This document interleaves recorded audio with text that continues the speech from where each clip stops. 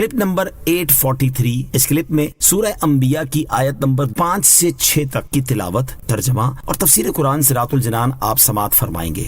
بسم اللہ الرحمن الرحیم۔ ترجمہ، اللہ کے نام سے شروع جو نہایت مہربان رحمت والا ہے۔ بل قالوا اضغاث احلام بل افتراہ بل هو شاعر فلیأتنا بآیۃ کما ارسل الاولون۔ ترجمہ، بلکہ کافروں نے کہا جھوٹے خواب ہیں، بلکہ خود اس نبی نے اپنی طرف سے بنا لیا ہے، بلکہ یہ شاعر ہیں، اگر نبی ہیں تو ہمارے پاس کوئی نشانی لائیں جیسے پہلے رسولوں کو بھیجا گیا تھا۔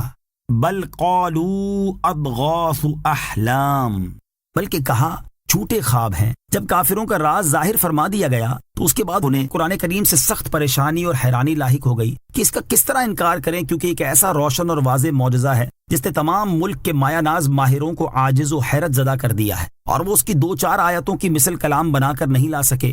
اس پریشانی میں انہوں نے قرآن کریم کے بارے میں مختلف قسم کی باتیں کہیں اور کہنے لگے بلکہ نبی کریم علیہ الصلوۃ والسلام جو قرآن لائے ہیں یہ جھوٹے خواب ہیں، اور ان کو نبی کریم علیہ الصلوۃ والسلام اللہ تعالیٰ کی وحی سمجھ گئے ہیں۔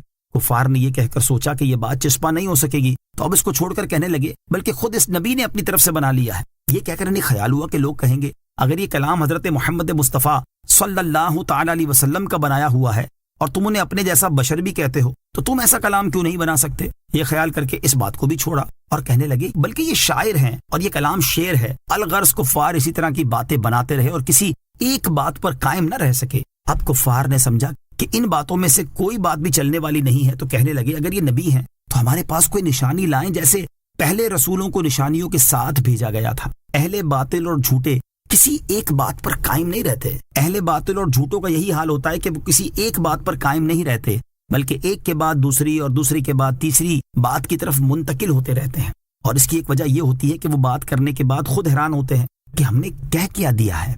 ما آمنت قبلهم من قرية أهلكناها أفهم يؤمنون۔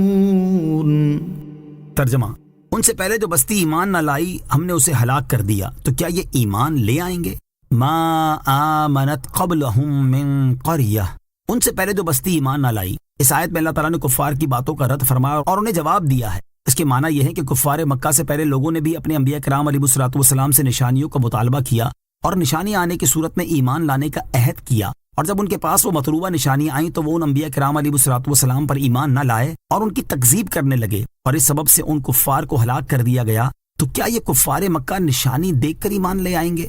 حالانکہ ان کی سرکشی ان سے بڑھی ہوئی ہے۔